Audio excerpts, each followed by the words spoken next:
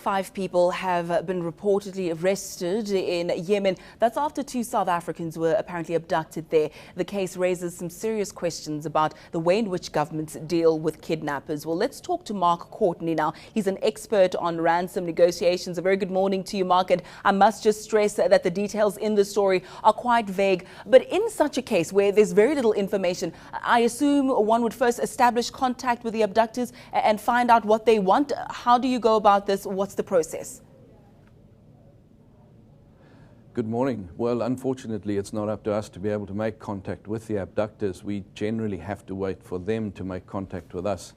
They would have covered a lot of this in their research before doing any abduction, and they will also get numbers of people to contact directly from their victims.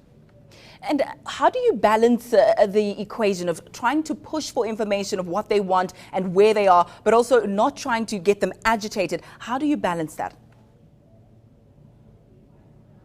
Well, it's a game of give and take, and it's up to the communicators on the side of the victims who are going to bat for them literally on the ground in Yemen, and the abductors themselves. They will make their demands of the families or of the business or of the people that are working with the South Africans there, and it's up to our people to then counter-offer their demand.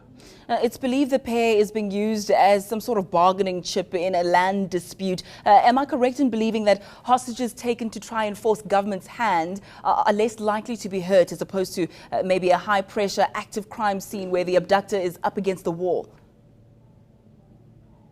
Well, you're correct there, and in this particular region, Yemen itself, it's a region that prides itself on honor and respect of visitors, and the Yemeni are quite honorable people, and you're right in this particular case, and we hope that we're right here. Our people will not be harmed in that area until such time that perhaps a third party sits down and operates as a mediator for the 2 parties in the dispute, and I suspect this is exactly what is happening in that region. The problem might be exacerbated with the arrest of these 5 people, but I'm sure that they'll work something out.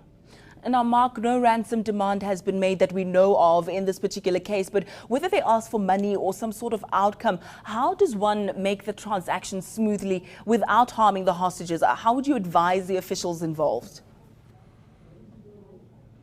Well, it's an unfortunate state of affairs, but one has to create a commodity out of the 2 people who have been kidnapped. In other words, they have to have some form of monetary value or some form of value to the people that are holding them, whether that is to bring a third party into mediation or, as I said, creating a monetary value. Once that is done, then the commodity will be protected by the kidnappers. The handover of any money or conditions to be met will have to be carefully negotiated before anything happens, and generally the honor system, honor amongst thieves perhaps, comes into play, and your hostages are released once the kidnappers feel that their demands have been satisfactorily met. Well, Mark, we'll have to leave it there, and again stressing that details are still quite vague on this particular story. We do hope for the best outcome, and we hope to chat to you soon with good news that all is well. Thank you so much, Mark Courtney, an expert there on ransom negotiations. News that moves. eNCA.com.